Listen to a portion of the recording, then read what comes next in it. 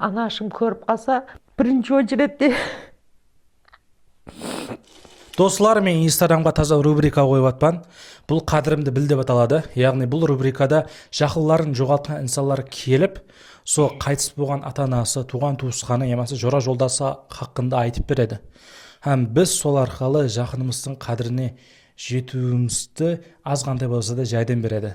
Мамам мені хәмеше қолдап қуатлап жүргені үшін бірінші санына мамамның өзіне интервью аламыз. Анаңыз неден қайтыс болған қысқаша айтып өтсеңіз. Менің анам 63 жасында, пайғамбар жасында инсульт деген ауруменен қайтыс болды. Бірінші инсультінде жақсы болып 3 жылдан кейін, екінші инсультінде жартылай комаға түсіп қалып, 29 күнде экстренде реанимациясында жатып қайтыс болды. Сол күнге бір аз-маз қайтяқты, сол анаңыз қайтыс болды деп ең бірінші мәрте естіген кезде қандай сезімдер өтті, ямаса қандай ойда болдыңыз? Енді ол уақытты мен еш уақытта өмірімде ұмыта алмаймын. Себебі ол уақытты сонша енді 29 күн ауырып жатса да, барлық затқа таяр тұрсағам, ол затты есту біздер үшін қатты қиын болды. Ол қиын болғаннан бетер және сыртта тұрған туысқандарымызға, әкемізге, інілерімізге жеткеру ол қаттыға ауыр тема мен үшін. Өзімсам жас болдық, мысалы, әке-шешесіне өкпелеген, әсіресе анасының айтқан ақылларына өкпелеген уақытлар болып қалады. Хәммесі сол уақыттың өзінде, сол есткен 1 секундтың ішінде хәмме зат, сол анаңа істеген, айтқан затлардың бәрі қиялыңнан бір қатар деп айланып келіп кетіп, және өмірің бір басқаша жаққа өзгеріп кететкен да, мен айта алмаймын. Және мен бір жағынан сол өздеріміздің әулеттің ең үлкен перзенті болғаннан кейін бірден өзім сол кезде бірден есейіп кеткенді қиялымнан өтіп кетті, сезіндім. Қазір енді бір көз алдыңызға келтіріп көріңді, осы видеоны сіздің анаңыз көреді. Сіз оған не деген болар едіңіз? Бұл видеоны егер анашым көріп қалса, бірінші очередте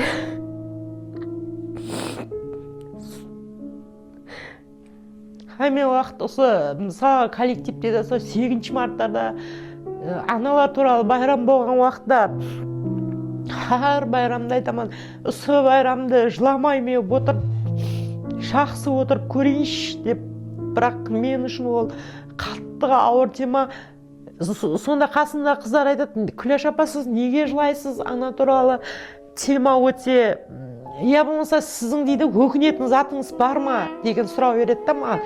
Мен анама еш уақытта өкінетін затым жоқ, бірақ мен енді анашым егер осы нені көретін болса, анашым сол сіз арзу арман еткен ақтық қызыңыз, ақтық балаңыз міне тұрмысқа шықты, шаулық көрдіңіз, ақтық балаңыз үйленді, міне осы ықыласымды бәр кезде сол жаңылған, не қылған кезде, сол келін алған уақытыңда, ене болған уақытыңды деп, әмме уақыт деп сөйлесіп, жаңа не пікірлесер едік та, көп сәубетлесер едік, себебі сені қатты жақсы көретін, сол тілегіңді тілеп, әмме уақыт менің балам президент болады деп, сондай заттарды айтып, қиялымыздан көп заттарды өткеретін, мынандай келіншек алады, Құда қалесе деп.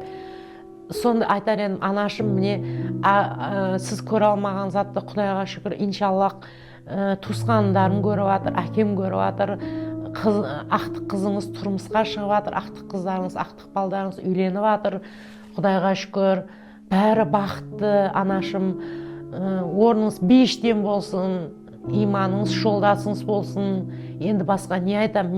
Бәрі жақсы, анашым, менде тек сол жаңа еш болмағанда арманым ішімдегі сол. Сіздердің еш болса, екеуіңіздің, біреуіңіздің тойыңызды көріп, бір сол тойда шалқып жүрген уақытын бір көрсем еді деп армандай, мен оған іләжім жоқ. Анасы бар адамларға, анасы тірі адамларға қандай маслихат береді оны едіңіз? Анасы тірі адамдар ең бақытты адам, бірінші очередте. Ананың деген, мен озатты айта алмаймын. Мен мысалы жұмыстан барып кеткен уақытымда, обедтің уақытында анашыма барып кеткен уақытта, кейін уақытта көбірек кесел болды, бейтап болып жатып қалды. барып кетсем менен звонок етіп тұратын еді, сен көпшігіңді искелеп отырпын, көпшігіңнен сен духиңнің иісі шығып тұрды деп айтатын еді. Анасы бар адамдарға егер имканиятыңыз бар болса, анаңызбен көбірек сөйлесің, анаңызбен көбірек сөйлесің, көбірек қасында болың анашыңыздың. Бәрібір бұл неңіз неде қалып қоймасын, арманыңыз қалып қоймасын, ішіңізде көбірек сөйлесің, көбірек сырласын, көбірек сырыңызды айтың, көбірек оның мұңын тыңлап көрің. Жасы өтіңкірегеннен кейін оған ешзат әперу, бір зат жегізу деген мақсат емес. Сол сіздермен бір ауыз сіздердің жақсы екеніңізді, денсаулығыңыздың жақсы екенін білсе, ана үшін ең үлкен бақыт. Соның үшін имканиятыңыз болса, анаңыздың қасында көбірек болың деген мәслихат берер едім. Һәм де анаңызды көбірек тыңлаң. Анаңыздың ішіндегі не заты бар айта алмай жүрген, һәм де көбірек дұғасын алың деп айтар едім ананың. Достар, бұл видеода мақсат, мәселен, біреулер мамасымен ұрысып жүрген болуы мүмкін, мамасымен мөнәсәбеті жаман болуы мүмкін. Әне соларға азғантай болса түрткі болсын, мамасымен мөнәсәбетін жақсылап алу үшін, аналарының қадіріне жетсін деген мақсатты түсірдік. Егер де сіз де өзіңіздің жоғалтқан жақын инсаныңыз хақында айтып беруді қарасаңыз, біздің дайректке хабарласың, біз сізбенен байланысамыз.